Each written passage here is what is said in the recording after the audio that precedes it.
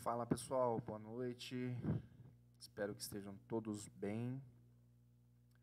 Vamos dar continuidade a mais um webinar Práticas na Engenharia, falando hoje sobre, dando continuidade à primeira fase, Práticas na Concretagem, e hoje especificamente falando sobre as juntas, né? Já falamos aí sobre dosagem, recebimento, adensamento, acabamento, e hoje falaremos então sobre as juntas em estruturas de concreto. Um assunto muito importante, muito abrangente, né? Tem muito assunto aí para a gente conversar, mas eu espero que a gente consiga resolver isso aqui em alguns minutos, né? 20 minutos, não mais do que 30. Dei uma resumida boa no conteúdo, tá? Deixa eu só me organizar aqui, só um minutinho. Me achei. Tá certinho, vamos lá. Conto com vocês aí nos comentários, quem puder comentar aí se o áudio tá legal, se não tá com nenhum chiado no fundo. Como vocês sabem, os equipamentos aqui ainda são bem modestos, né? Então, um pouquinho de ruído acaba ficando no fundo, aquele som, aquele puff, né, no microfone acaba saindo de vez em quando, mas na medida do possível a gente vai melhorando a aparelhagem aqui para oferecer o de melhor aí para vocês, tá bom? Então, conto com vocês aí nos comentários para essa verificação de áudio e também, né, sobre o conteúdo. Se tiverem dúvidas, enquanto a transmissão não terminar, a gente consegue responder aqui, tá? Então, se surgir dúvidas, o que é isso, o que é aquilo, pode jogar ali nos comentários e a gente vai discutindo no finalzinho da live, ou às vezes até no meio aqui, eu acabo percebendo, né? E comento com vocês. Tá ok?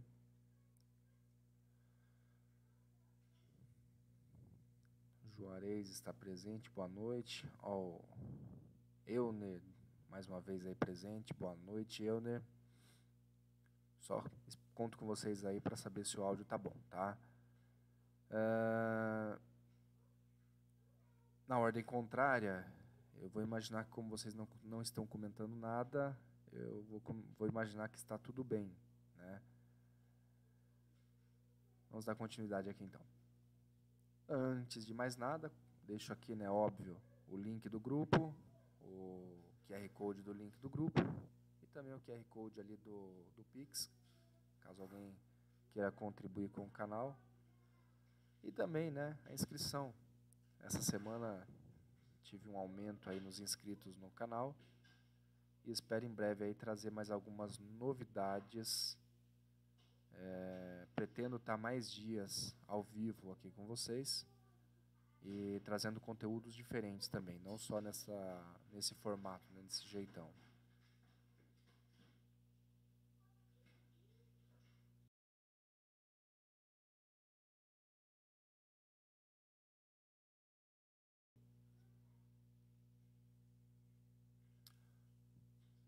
Vamos lá então.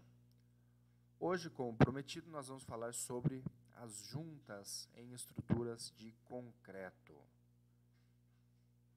Olha o Maicon aí, prazer em recebê-lo aqui. Maicon, Juarez comentando que o áudio está legal, obrigado aí pelo comentário. Vamos lá.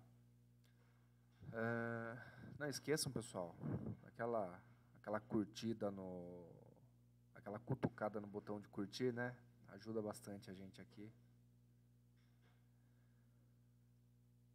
Então, o nosso assunto de hoje é falar sobre juntas em estruturas de concreto, né? Como eu já disse, um assunto bastante espinhoso, né, na área da engenharia. E vou ver se eu consigo resumir o máximo possível essa questão das juntas aqui e esclarecer, né, o máximo possível também. Voltando aqui para a nossa timeline do concreto, né, dimensionamento, coisa que a gente não comentou ainda, né, não falamos sobre dimensionamento, não é o propósito, né, dessa primeira fase. Sobre a dosagem, nós falamos sobre a elaboração do concreto, né, a produção do concreto. Nós comentamos, né, no meio da dosagem lá, falamos um pouquinho também na parte do transporte e recebimento do concreto, a gente deu uma misturada aí nesses assuntos, né? Falamos sobre o lançamento do concreto, adensamento, acabamento, que foi nosso último encontro, e hoje nós vamos falar das juntas. Essa que é a nossa quinta apresentação, nosso quinto encontro, e na semana que vem nós teremos mais um encontro, e dessa vez eu não vou deixar vocês na curiosidade. Dessa vez eu vou apresentar aqui já o que nós vamos falar na próxima semana. Aquele bônus, né, que eu falei que eu ia deixar para vocês, vai ser um assunto sobre cura. Importante, hein? Assunto muito importante. Não tinha como falar de todos esses assuntos e deixar a cura de lado, tá bom?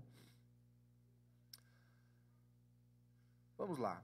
Imagine que você fez aquela concretagem marota e não fez as previsões das juntas. Aquela concretagem bonita, polida, show de bola, e não fez a previsão das juntas, ou se fez, fez de maneira errada. De repente, começa a aparecer isso aqui, ó. E começa a aparecer isso aqui. E a dor de cabeça aparece, né? Fala, Paulo Sérgio, tudo bem? É isso aí, ó. Dor de cabeça, tá, pessoal? Quem nunca viu isso aí, né? Em algum lugar, tenho certeza que alguém já viu. Pelo menos essa figura do meio aí, eu tenho certeza que já viu, né? A outra é um pouquinho menos comum, mas acontece até com determinada frequência. E estoura mesmo os pisos, começa a pular, né? Variação de temperatura, variação de umidade da peça, pode acontecer isso aí. Se não tem dilatação, se não tem junta de dilatação, vai acontecer isso aí. Como diria o nosso professor Renato Saad, quando o projetista não prevê as juntas, Jesus vem e faz a mão livre. Renato Saad, um excelente professor, acredito que alguns aqui já teve algum contato com ele, né, em alguma palestra que eu trouxe também. Quem não tem contato com ele, eu sugiro, aconselho, né, vocês a seguirem. Ele tem um canal no YouTube também, tem um quadro lá que ele apresenta que é muito bacana, são os autores da engenharia, show de bola, recomendo, tá, pessoal? Busquem aí no YouTube, se inscrevam lá no canal do professor Saad e deixem lá nos comentários que fui eu que mandei, tá? Vamos lá. Tipos de juntas e suas aplicações. Gente, primeiro nós temos que definir alguns tipos de juntas que são classificados na engenharia. São vários, né? Em cada área tem uma certa divergência aí de opiniões entre um tipo de junta e outro. Eu trouxe 4 itens aqui, 4 tipos de juntas para a gente apresentar, né, e tentar entender um pouquinho o que são essas juntas em estruturas, tá? A mais comum de todas é a junta de dilatação, né, que a gente ouve falar com mais frequência, até porque o concreto é um material que tem uma dilatação considerável, né? E isso faz com que esse termo, né, junta de dilatação, seja muito frequente, muito recorrente nos projetos e nas obras aí de construção, né, em concreto. A junta de dilatação, como o próprio nome diz, é aquela que evita, né, o esmagamento do concreto ou a fissuração do concreto devido à movimentação térmica, né, a dilatação térmica. Essa movimentação acontece dentro do elemento, né, do compósito concreto, tá? Não é um elemento, uma expansão, por exemplo, que acontece quando o concreto recebe outros materiais como gases, algum tipo de contaminante no concreto, ou até mesmo a umidade, né, que pode fazer o concreto expandir, né? Tem uma diferencinha básica entre a dilatação e a expansão, é que na dilatação o material ele aumenta somente no volume, tá? Ele não tem variação de massa. E na expansão há uma pequena variação também na massa, né? Porque eu tenho outros elementos entrando dentro da composição, tá certo? Isso aí a gente consegue comparar com a espuma expansiva, né? A espuma expansiva, ela tem o ganho de volume, né, considerável, bota considerável nisso, e só que esse aumento de volume acontece pela incorporação de ar, né, incorporação dos gases que estão na atmosfera. E isso, querendo ou não, por menor que seja, gera um ganho de massa também na espuma expansiva, tá bom? No caso da dilatação, não. Ela varia de tamanho sem ter uma alteração significativa aí na massa do material, tá? A dilatação está diretamente ligada, né, nas estruturas, né, no concreto, nos materiais de construção em larga escala, ela está diretamente relacionada com a variação de temperatura, tá? Enquanto a expansão ela está associada a um ambiente contaminado, um ambiente muito úmido, tá? Isso aí pode provocar aí a expansão do material, tá certo? Eu não coloquei junta de expansão aqui porque a gente não utiliza muito esse termo, tá? E poderia confundir um pouquinho aí a cabeça de quem é um pouco inexperiente no assunto, né? Sobre o processo de execução das juntas, depois a gente fala mais adiante, tá? Mas logo depois do lançamento vem o acabamento, né, que nós já falamos em outras oportunidades. Depois vem aí o rasgo na estrutura de concreto, né, geralmente isso aqui em pisos. E também pode ser feito de outra forma, a gente vai ver mais adiante. Enfim, tem algumas técnicas aí, tá? Essa é a mais prudente, né? Faz a concretagem, deixa um determinado período, né, o concreto entrar no estado endurecido. Logo depois que ele entra no estado endurecido, eu venho com essa serra, né, e faço o friso na estrutura. Esse friso, notem que ele não é tão profundo, tá? Ele tem uma regrinha. Mais adiante a gente comenta sobre essa relação largura e profundidade. E, como eu disse, né, Jesus faz a mão livre, né, a fissuração.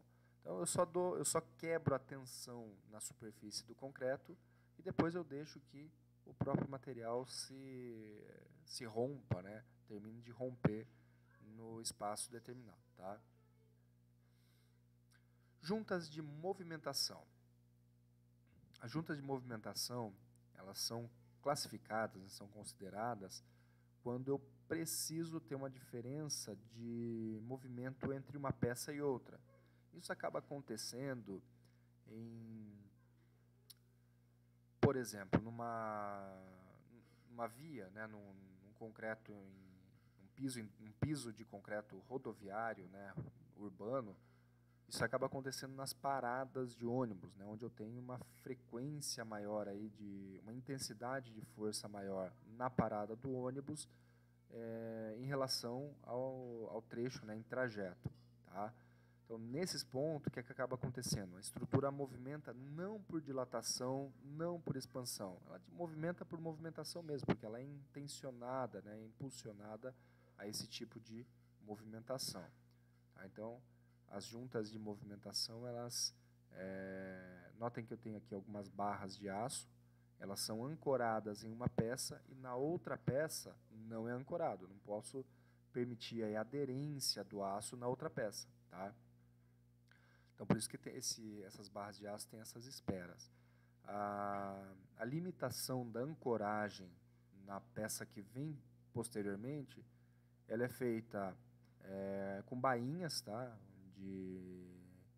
Geralmente aí de material polimérico, né? Um tubo de PVC, PVC não, semelhante, né, ao PVC, ou então lubrificando, né, engraxando bem aí essas barras na hora de fazer a concretagem. Eu evito que o concreto crie aderência na barra de aço. Então, uma peça, né, essa que foi concretada primeiro, ela fica aderente, a segunda peça sem aderência.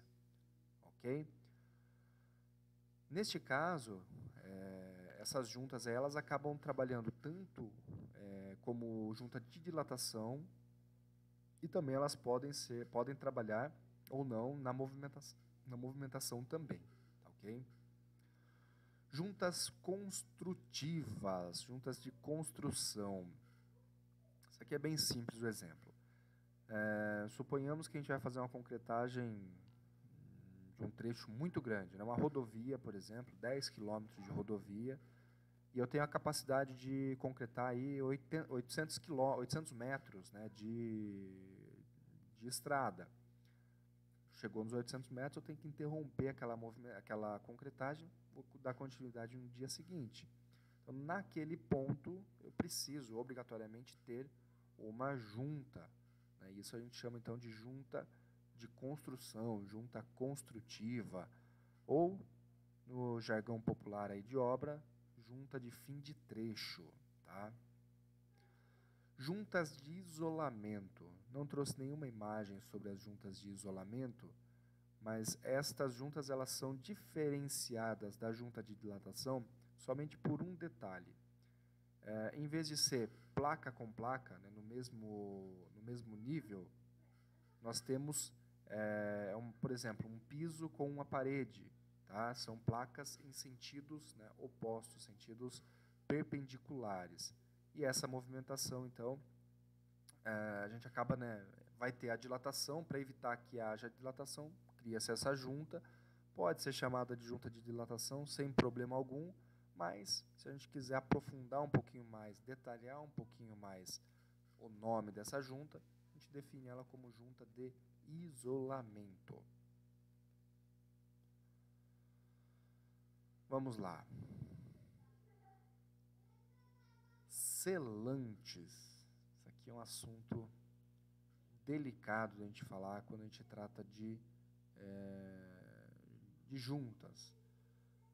Entre uma junta, uma placa e outra, não tá indo, foi. Entre uma placa e outra, eu coloquei essa imagem aqui embaixo, porque é uma técnica, né, comum aqui, executada em pequenas concretagens. Já faz essa grelha no chão, né, de madeira, usa essa forminha, já usa como um nivelador e já usa também aí como um espaçador, né, já cria-se essa junta. Aqui a gente tem que tomar cuidado com esse tipo de junta, porque essa madeirinha que a gente coloca, ela, com o tempo, ela vai apodrecer, ela vai limitar a movimentação do concreto, ela tem uma série de inconvenientes, tá? Não é tão legal assim trabalhar com essa madeirinha, mas é o que tem para pequenas obras, às vezes, tentando agilizar a execução, acaba se colocando essa madeirinha, tá? Tem profissionais que criticam muito esse tipo de execução, tem profissionais que já adotam como praxe, né? Então, vai um pouco aí da técnica do profissional. Agora, um detalhe que a gente tem que tomar cuidado quando faz juntas, principalmente nesses moldes, é que as juntas não devem ser intercaladas como essas daí. Tá vendo? A gente tem que ter, o cruzamento dela tem que ser em formato de X mesmo, em formato de cruz. Eu não posso fazer uma placa sim, placa não, placa sim, placa não, como está aí. Por quê? Entre uma placa e outra, eu tenho um alívio de tensão, eu vou propiciar a movimentação dessas peças. Quando eu faço isso, se eu tiver qualquer ponto de aderência entre uma placa e outra, eu vou provocar a fissuração dessa peça no meio da outra peça. Tá? As duas placas que se movimentam vão provocar a fissuração na placa que está ao lado dela. Então, isso aqui não é conveniente de se fazer nas obras, principalmente aí de pisos de estacionamento, enfim, os pisos, né, que a gente faz esse tipo de concretagem. Tá? O ideal seria, faz a concretagem toda, depois a gente vem cortando, rasgando, né, frisando o piso. Tem esse outro tipo aqui, que é bastante utilizado, né, essas tirinhas poliméricas, né, que a gente coloca na concretagem. Geralmente o pessoal faz da mesma forma que a madeira, né, já apoia lá e vem concretando depois, né. Esse tipo de junta, para pequenas obras, até é aceitável, tem uma funcionalidade legal. Isso na minha opinião, tá? Para obras de porte maior, onde eu tenho aquelas placas de concreto maior, tem uma espessura considerável, lembrando, né, que o tamanho da placa, o tamanho que eu vou deixar entre uma placa e outra, vai depender muito da espessura do piso, da espessura da peça, né, porque isso aqui também pode ser na vertical, na horizontal, na diagonal, do jeito que for, tá? Não necessariamente é um piso industrial. Vai depender muito, então, da espessura da peça e da temperatura média anual aí no ambiente, no local. Tem uma formulinha aí que a gente utiliza, né? A gente utiliza o coeficiente de dilatação térmica do material, né, do concreto, que já é conhecido, e mais algumas relações aí de movimentação, de dilatação do material, de acordo com os estudos pré-definidos, né? Então, para pequenas obras, onde eu tenho aí um piso de mais 5 centímetros de espessura, 7 centímetros de espessura, eu vou ter uma placa aí de 1,5 por 1,5, 2 por 2, quando muito. Então, acaba não tendo muita variação, né? Essas pequenas juntas aí acabam surtindo efeito. Para pisos de maiores dimensões, eu não recomendo, tá? Eu, particularmente, não recomendo.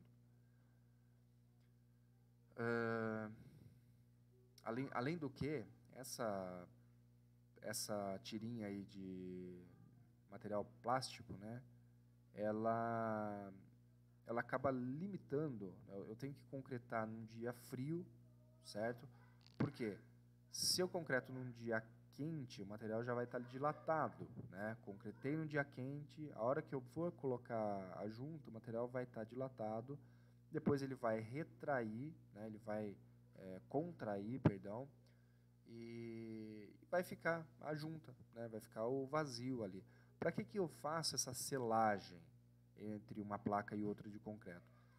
Para evitar que a sujeira, né, a areia, né, os grãos que ficam sobre o piso, eles entrem dentro desse espaço, né, e comatem esses vãos, né, impedindo a movimentação da peça. Então, isso aqui tem que ser um material flexível, né, que possibilite a contração e a dilatação do material. Preciso que tenha isso. Agora, se eu coloco o material já no estado máximo de dilatação dele, a hora que mudar a temperatura, isso aqui vai retrair, vai contrair, contraindo, vai aumentar o espacinho aqui entre o material que eu estou chamando de selante e a placa. Não resolveu nada, tá? Não resolveu nada eu ter colocado esse material aqui. Então, o ideal seria o quê? Fazer mesmo, o mais comum, mais recomendado é a gente fazer o selante aí em loco, né? Mas a gente vai chegar lá. Tem essa outra modalidade aqui que está nessa imagem abaixo, que tem o mesmo efeito, a gente coloca depois, né, vem, crava ele dentro da junta, e depois ele tem essas ranhuras que evita ele de sair, né? Depois dá para colocar um acabamento em cima dele, tá?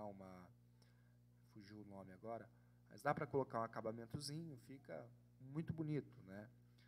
Só que assim, melhor do que a primeira e a segunda opção. A situação aí interessante, né? Nós temos essas mantajuntas, tá, pessoal? Isso aqui ele vai dentro das peças de concreto. Notem aqui que eu tenho 2 peças de concreto e eu concreto isso aqui junto, né? Ele cria uma selagem única, tá?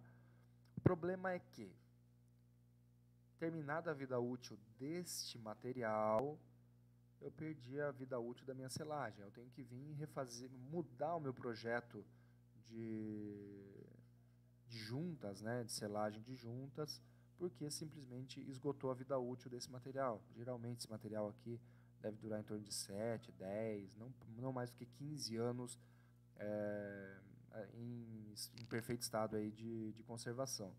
Depois disso eu tenho que vir e fazer a substituição dele. Não dá para eu trocar ele porque está dentro do concreto, né? Não dá para trocar um pelo outro. Eu tenho que trocar um tipo pelo outro tipo, né? Agora, o que eu digo que é o mais recomendado seria aqui a selagem, mesmo com o mastique, né? Que a gente chama na obra de mastique. Pode ser silicone, PU, né? Os materiais aí que o pessoal utiliza para fazer esse tipo de junta. Só que tem o jeito correto de fazer. Isso aqui é importante a gente conversar, como é o mais adequado de se utilizar. Tem algumas técnicas e eu vou comentar sobre essas técnicas aqui com vocês. O material utilizado aqui a gente chama de tarucel, né? Esse aqui é um limitador de profundidade do selante. Um limitador de profundidade que eu coloco, né? Ele no rasgo, né? No friso. Esse friso, né? Eu falei da profundidade dele, ele tem que ter uma profundidade 2 vezes a altura, tá? O selante, né, ele vai ter que ter uma altura 2 vezes igual, 2 vezes né, 2 vezes a largura. Então, se eu estou utilizando aqui um disco de 10 milímetros aqui para fazer o rasgo, eu vou ter que ter uma profundidade mínima aqui de selante de 20 milímetros, mais o espaço para eu colocar aqui o tarucel, né, esse limitador de profundidade. Para que serve esse limitador de profundidade? Na verdade, ele tem 2 funções, né? Ele limita a profundidade e evita também a aderência do selante no fundo. Porque se eu simplesmente venho aqui, rasgo com 2 centímetros e coloco o selante aqui, o que vai acontecer? O selante é aplicado dessa forma, tá? O que vai acontecer? Deixa eu voltar a imagem aqui. Esse material ele vai ter aderência na lateral, nas 2 laterais, né? E vai ter aderência também no fundo. A hora que esse material, que as 2 placas de concreto, elas se afastarem, ela vai tender a esticar esse selante, né? Fazendo com que ele diminua de tamanho no meio, né? E mantenha o mesmo tamanho nas 2 laterais. Se isso estiver preso no fundo, colado no fundo, o que vai acontecer? Ele vai rachar todinho no fundo, né? Ele vai perder a sua função, que é dilatar, que é movimentar. Ok? Então, por isso que a gente coloca esse selante, esse limitador de profundidade no fundo. Tá ok? Então, eu coloco o limitador de profundidade. Esse limitador de profundidade, o ideal é que eu coloque aqui um carrinho, eu utilize, né? Carrinho aqui com uma rodana, né, um rodízio, pega um cabo de vassoura na obra mesmo, dá para fazer esse rodinho aqui na obra. E aí eu venho passando dentro e eu mantenho uma profundidade só do começo ao fim, né? Deixo o negócio bem homogêneo para que a minha aplicação de selante tenha o mesmo efeito do começo ao fim. Colocado esse tarucel, né, essa pecinha.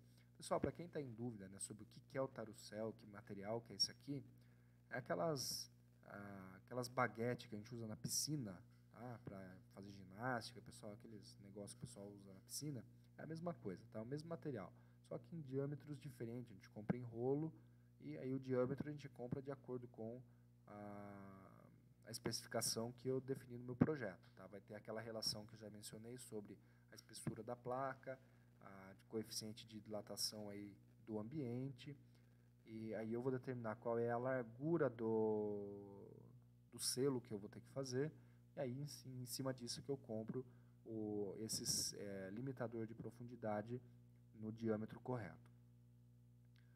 E por último, eu venho aplicando aqui com uma bisnaga mesmo, tá? Aplico com a bisnaga, tomar cuidado, importante, né?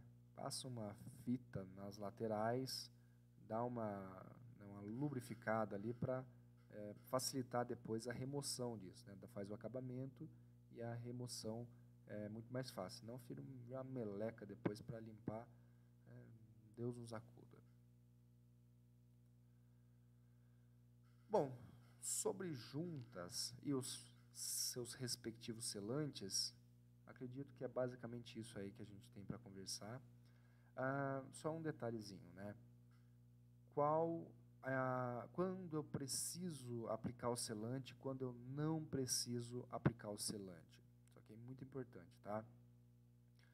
Quando eu crio juntas um espaçamento aí que eu consigo garantir que a areia que tem em cima do piso não vai comatar os frisos, né, impedir a movimentação, eu posso deixar esse material aí sem o selante, tá?